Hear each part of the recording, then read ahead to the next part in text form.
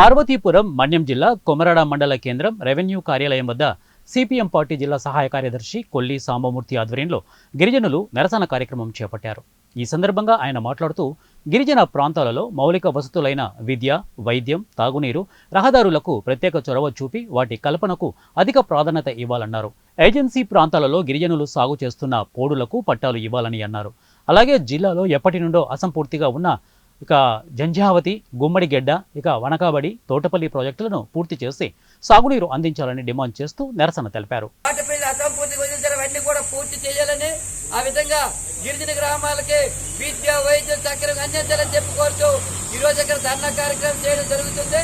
దీనికి సంబంధించి గతంలో పార్వతీపురం మన్యం జిల్లా కేంద్ర కార్యాలయంలో సుమారు 950 దరఖాస్తులు ఇచ్చాము. ఈ రోజు కూడా ఒక 250 దరఖాస్తులు కూడా తహసీల్దార్ కార్యాలయానికి ఇవ్వడం జరుగుతుంది.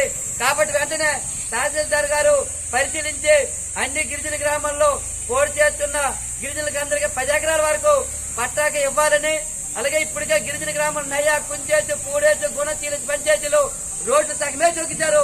ఆ రోడ్లన్నీ పూర్తి చేయాలని, కొన్ని గ్రామాలకి